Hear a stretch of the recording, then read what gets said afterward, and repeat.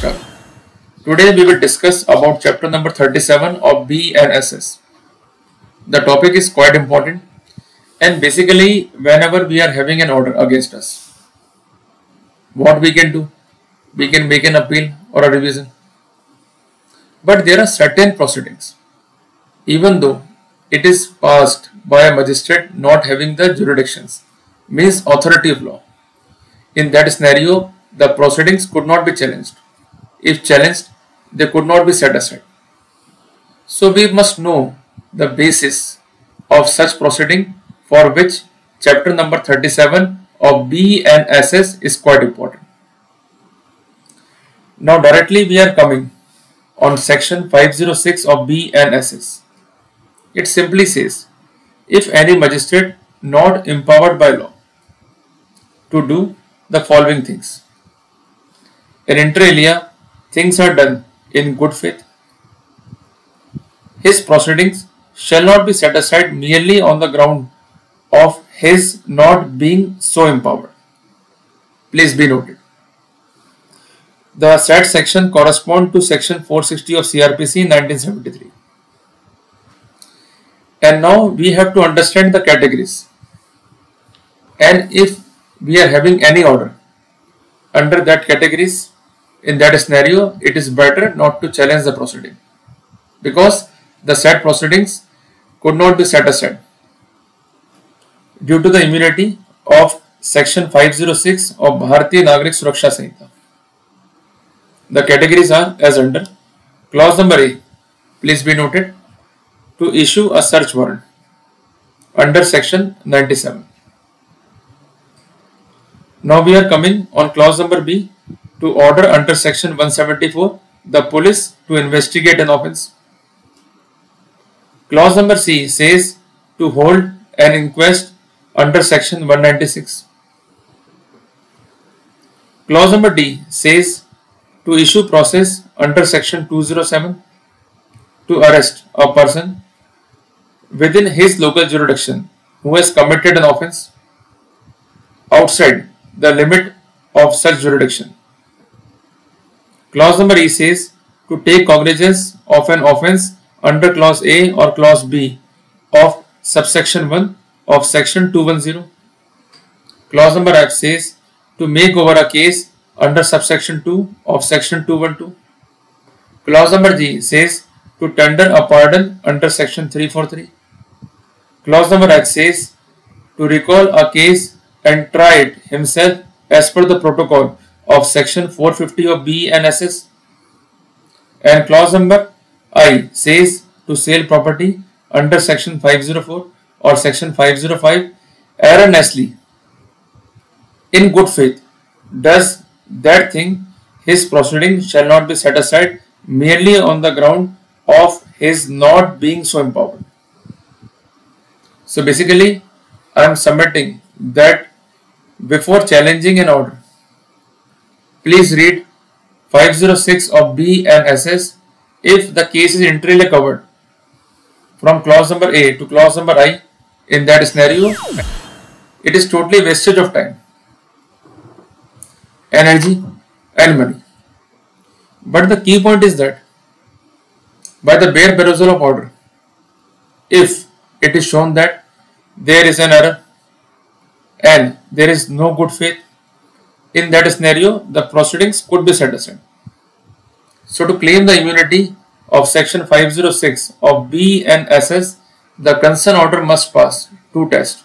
Test number 1, there must be an error. An error must be in the good faith.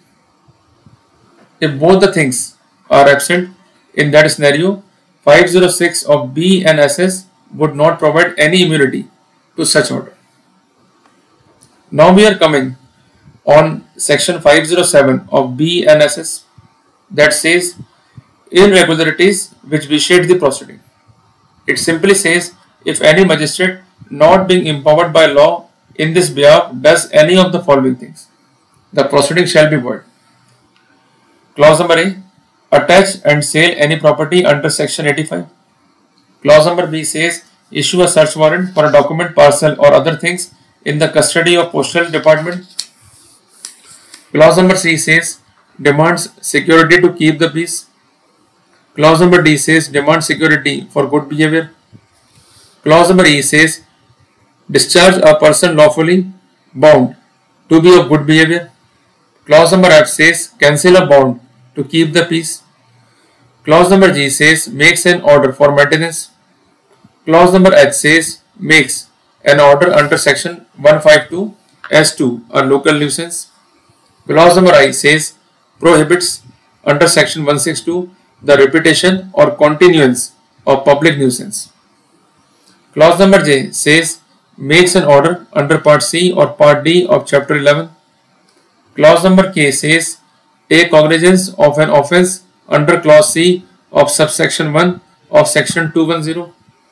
Clause L says tries an offender. Clause number M says tries an offender in summary manner. Clause number N says pass a sentence under section 364 on a proceeding recorded by another magistrate. Clause number O says decide an appeal.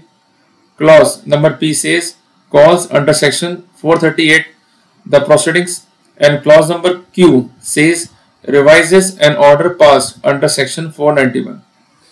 In that scenario, the proceeding shall be void. So, if we are having an order and inter alia it comes within the preview of section 507 of B and SS, then on the legal point we could be succeeded, because violation of section 507 of B and SS makes the proceeding void.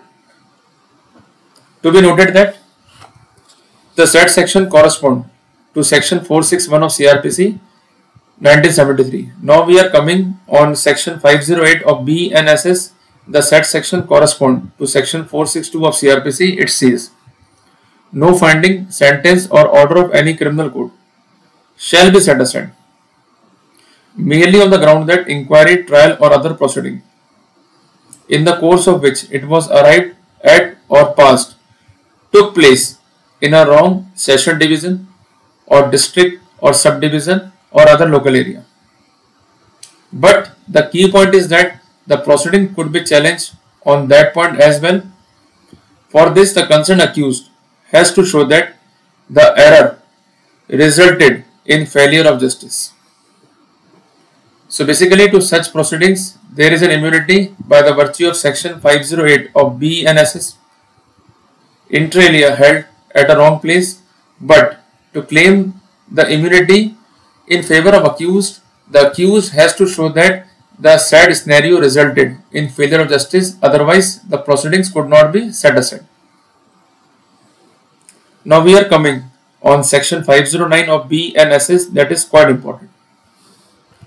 It says, if any court before which a confession or other statement of an accused recorded or purporting to be recorded as per the protocol of section 183 or 316 is standard or has been received in evidence, finds that any of the provision of either of such sections have not been complied with by the magistrate recording the statement, notwithstanding anything contained in section 94 of BSA, means Bharatiya Sakshya Adhiniyam, take evidence in regard to such non-compliance, and if satisfied that such non-compliance has not injured the accused in his defense on the merits, it may make the statement to be recorded or recorded admit in evidence. Subclause number 2 says that the provision of section 509 of B and SS shall be applicable to Court of Appeal, reference or revision. The said section corresponds to section 463 of CRPC. So basically, if there is non-compliance of section 183 or section 316 while recording the confession or other statement of the accused, in that scenario, the concerned magistrate may record the finding, and apart from that, if the concerned magistrate is satisfied that there is a non-compliance but it is not resulted in any prejudice to the rights of accused, in that scenario, it may admit the statement. So the burden is on the accused to show that serious perjury is caused. So basically the key point is that we have to emphasize that the statements or the proceedings are done in the mechanical way. Otherwise we could not be succeeded, and there is judgment of Honorable Bombay High Court on that point. That is Anand versus State of Maharashtra. Apart from that, we have to emphasize on section 510 of BNSS that simply says no finding, sentence or order by a court of competent jurisdiction shall be deemed to be invalid, merely on the ground that no charge was framed or on the ground that there is an error or omission or irregularity in the charge, including misjoinder of charge, unless in the opinion of Court of Appeal confirmation or revision, a failure of justice has in fact been occasioned thereby.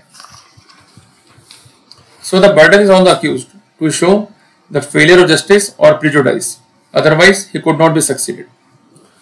Subclause number 2 says that if the Court of Appeal confirmation or revision is of opinion that a failure of justice has in fact occasioned, it may, in the case of an omission to frame a charge, order that a charge be framed and that the trial be recommended from the point immediately after the framing of charge. Basically, it is called remand back. Clause number B says, in case of an error, omission or irregularity in the charge, direct a new trial to be held upon a charge framed in whatever manner it thinks fit. So it is also a case of remand back. Provided that if the court is of opinion that the facts of the case are that no valid charge could be preferred against the accused in respect of the facts proved, it shall quash the conviction. So the sad point is quite important in favor of defense. So basically, to avail that benefit, it is required to be shown that there is no valid charge in reference to facts on record. In that scenario, the proceedings could be quashed. Even the conviction could be quashed. For example, if the accused is charged under section 7A of PC Act and it is found that he is not a public servant, he is basically a private person, in that scenario, with the help of section 510 subclause 2, the charge could be quashed because 7A of PC Act is not applicable to a private person.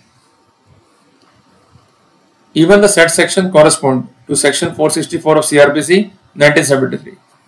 Now we are coming on section 511 of BNSS that says, subject to the provision herein before contained, no finding or sentence or order passed by a court of competent jurisdiction shall be reversed or altered by Court of Appeal confirmation or revision on account of any error, omission or irregularity in the complaint. Number 1.